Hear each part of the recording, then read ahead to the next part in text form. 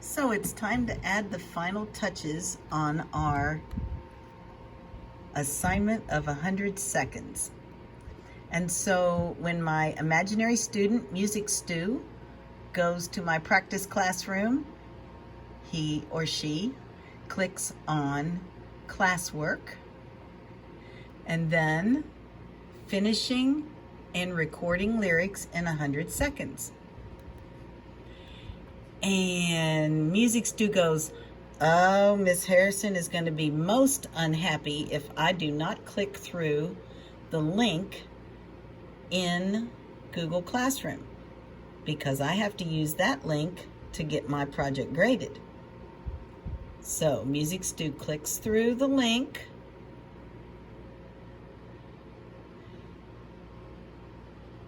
and it should remember you.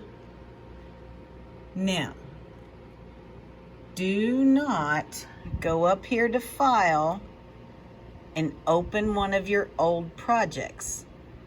If you do that, you're going to mess things up for yourself. You might think you're saving time, but you're not. You have to go and start over in this link. Now, let's say you want to use one of the loops you had from a previous project.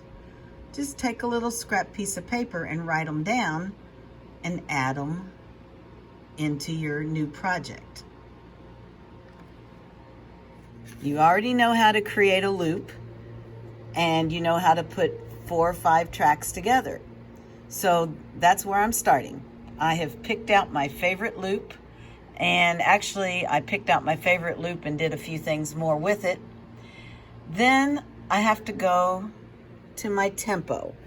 When I did some practicing, I realized that I don't like to go at 100. I like to go at more like 96. You will set this wherever you like it. And this is why I can never tell you exactly how many words you need to put in your lyrics. It depends on a lot of things, and one of those is your tempo. Now, usually when you change the tempo, it's going to ask you if you want to audio adjust your loops.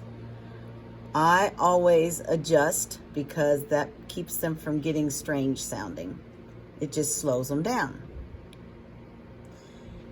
Now you can see they have gotten longer than my loop, and I don't want my loop anyway. So I click on that purple thing and my little purple circle, and I get rid of the looping. If I put my purple arrow at the end and I check down at the bottom, it says that one time through my loop takes 20 seconds. Well, the project calls for 100 seconds. So you guessed it, that means I'm going to need approximately 5 times my loop, because 5 times 20 is 100. Most of your loops will let you click on them and then push Control C to copy it. And then I push Control V. I hold down the Control, and you can see it put another one in there. Okay? I think you're familiar with the basic copy and paste functions on your computer. So if I need it 5 times, I'm going to push Control V again. That gives me 3 times. Then I'm going to use my little arrow at the bottom, scoot it over so that I can see the top of it. I'm going to click again. And I'm going to push Control V again. That gave me 4 times. Now if I check my time, when I put my purple cursor at the end, I'm up to 1 minute and 20 seconds. Well, 100 seconds is 1 minute and 40 seconds. So, one more time, Control V. All right, now I take my little slider and I go back to the beginning and I get my second track. And I will occasionally get this thing where it says it can't paste. This is where it gets technical. Do not panic. Push OK. When you get one like this, grab the end of it, and you see how it made a little tiny loop? And just pull it. And pull it all the way to the end. And make it stop where you want it to. I wish I could tell you why some of them behave that way, but that is above my pay grade. I do not know the answer. All right, I'm to my fourth track. I'm gonna push Control C for copy, Control V as in victory. So I have all 5 of my tracks ready to go. I have 1 minute and 40 seconds, and it's time to add my microphone track to put my lyrics. So I go below my tracks, I say add a new track, and I choose microphones. Now resist the urge to hit that giant red start recording button. In fact, I recommend that you never use that. Instead, first pick out which microphone you want.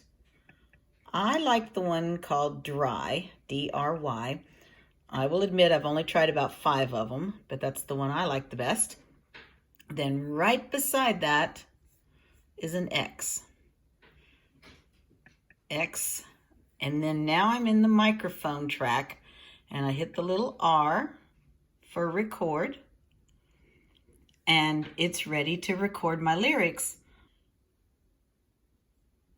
So I move my cursor back to the beginning, and I pushed my little red record button, and I'm ready to start recording my lyrics. It'll count me down.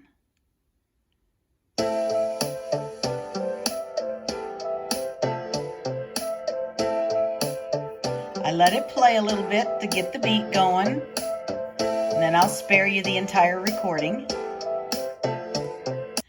But you can see when I finally said my lyrics in rhythm, I wound up with a little extra. So I just do what I did before. I copy and paste. And I'm going to do that with all of my tracks. But I want you to see a little thing, how when I go hover over it, I get edit.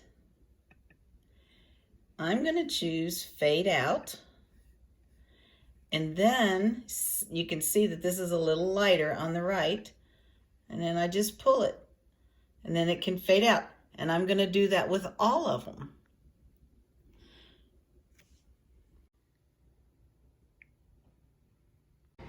One little thing that I forgot to tell you.